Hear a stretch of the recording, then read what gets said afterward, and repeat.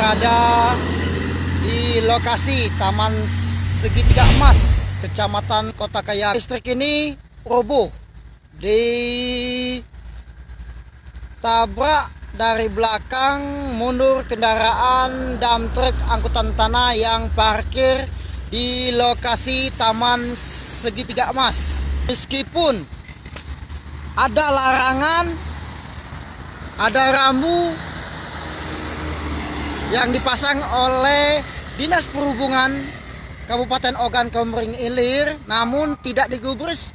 Demikian pihak Dinas Perhubungan juga tutup mata. Tidak ada upaya teguran dan larangan, sehingga jalan menuju Taman Segitiga Emas yang dilarang ini bak Kupangan Kerbau. Dia sedang mundur, Ya, muter mundur, nabrak dari belakang. itu kendaraan apa Pak itu? Kendaraan proyek pengangkut tanah Dump truck apa ini biasa Pak? warna kuning. Dump truck Pak ya? Nah, itulah kendaraan dump truck berwarna kuning menurut Bang Toyib Security, Satpam Keamanan di lokasi kantor media yang berada di wilayah Kabupaten Ogan Komering Ilir.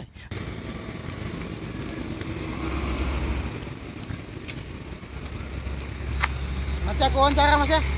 Wawancara tentang ini ya. Ya.